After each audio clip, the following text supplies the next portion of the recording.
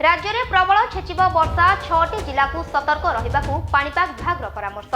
आगामी 3 घंटा पर्यंत 6टी जिला को येलो अलर्ट जारी करने सह सतर्क रहिबाकू आंचलिक पाणीपाग विभाग परामर्श देछि।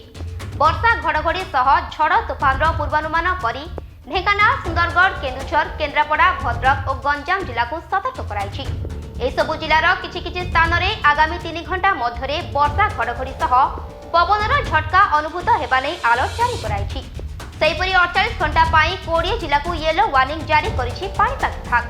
बंगोपसागर रे सक्रिय लघुचाप प्रभाव रे आगामी 20 तारिख जाई सारा राज्य रे हालुकारू मध्यम धरणर वर्षा हेबा नै संभावना रहिछि। दक्षिण पश्चिम और केंद्रीय पश्चिम बंगोपसागर रे लघुचाप क्षेत्र सक्रिय थिबारु राज्य रे वर्षा नै सतर्कता जारी कराइछि। काली जाए 20टी जिला को येलो अलर्ट जारी कराइथिबा बेले 17 रु 18 तारिख पर्यंत 25टी जिले में हालुकारू मध्यम धरणर वर्षा नहीं सतर्कता जारी करिछि आंचलिक पाणीपाग केन्द्र।